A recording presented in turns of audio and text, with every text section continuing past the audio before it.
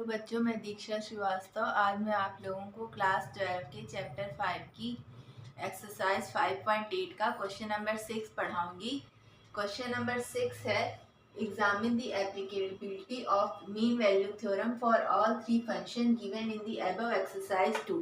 हम लोगों ने क्वेश्चन नंबर 2 जो पढ़ा था वही सब सवाल हैं, बस उनकी एप्लीकेबिलिटी चेक करनी है। किस थ्योरम की एप्लीकेबिलिटी चेक करनी है? मीन वैल्यू थ्योरम की।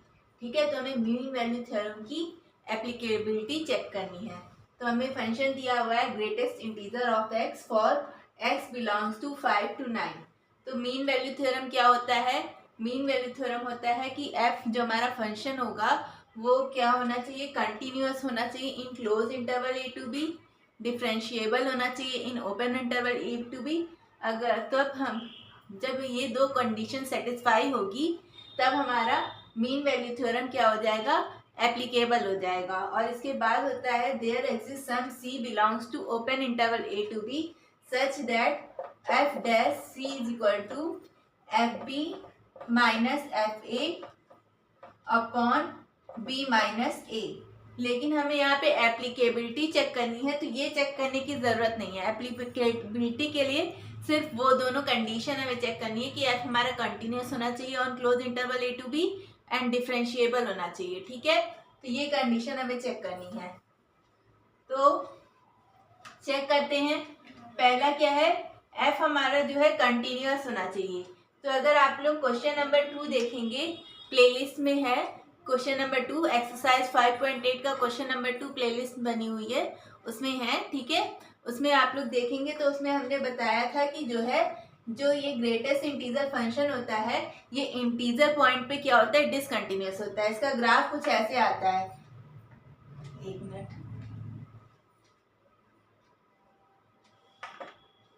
ऐसे।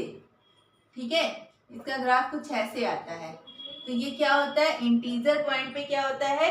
डिसकंटिन्यूअस होता है। ठीक है, तो इंटीजर पॉइंट पे डिसकंटिन्यूअस होता है, यानी कि ये क्या होगा? इंटीरियर पॉइंट पे डिसकंटिन्यूअस होगा, यानी ये किस पॉइंट पे डिसकंटिन्यूअस हो जाएगा? ये डिसकंटिन्यूअस हो जाएगा 5, 6, 7, 8, 9। इस इंटरवल में जितने भी इंटीजर आएंगे उन सारे पॉइंट पे डिसकंटिन्यूअस हो जाएगा। लेकिन हमें तो चाहिए था कि एफ कंटिन्यूअस होना चाहिए पूरे क्लोज इंटरवल पे, लेकिन ये इंटीजर पॉइंट पे डिसकंटिन्यूअस हो गया, मतलब पूरे इंटरवल पे डिसकंटिन्यूअस हो गया। तो हम लोग लिखेंगे कि f is not continuous on close interval 5 to 9। क्यों कंटिन्यूस नहीं है? क्योंकि since it is discontinuous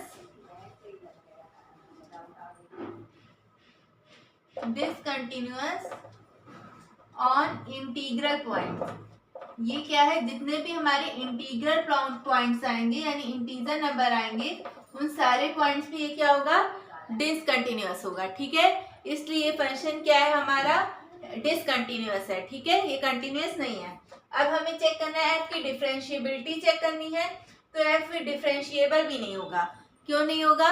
क्योंकि इसमें बहुत सारे पॉइंट ऐसे मिलेंगे जिन पर यूनिक टेंजेंट नहीं ड्रॉ की जा सकती है। ठीक है, तो f इज नॉट डिफरेंशिएबल, यानी f हमारा डिफरेंशिएबल भी नहीं होगा।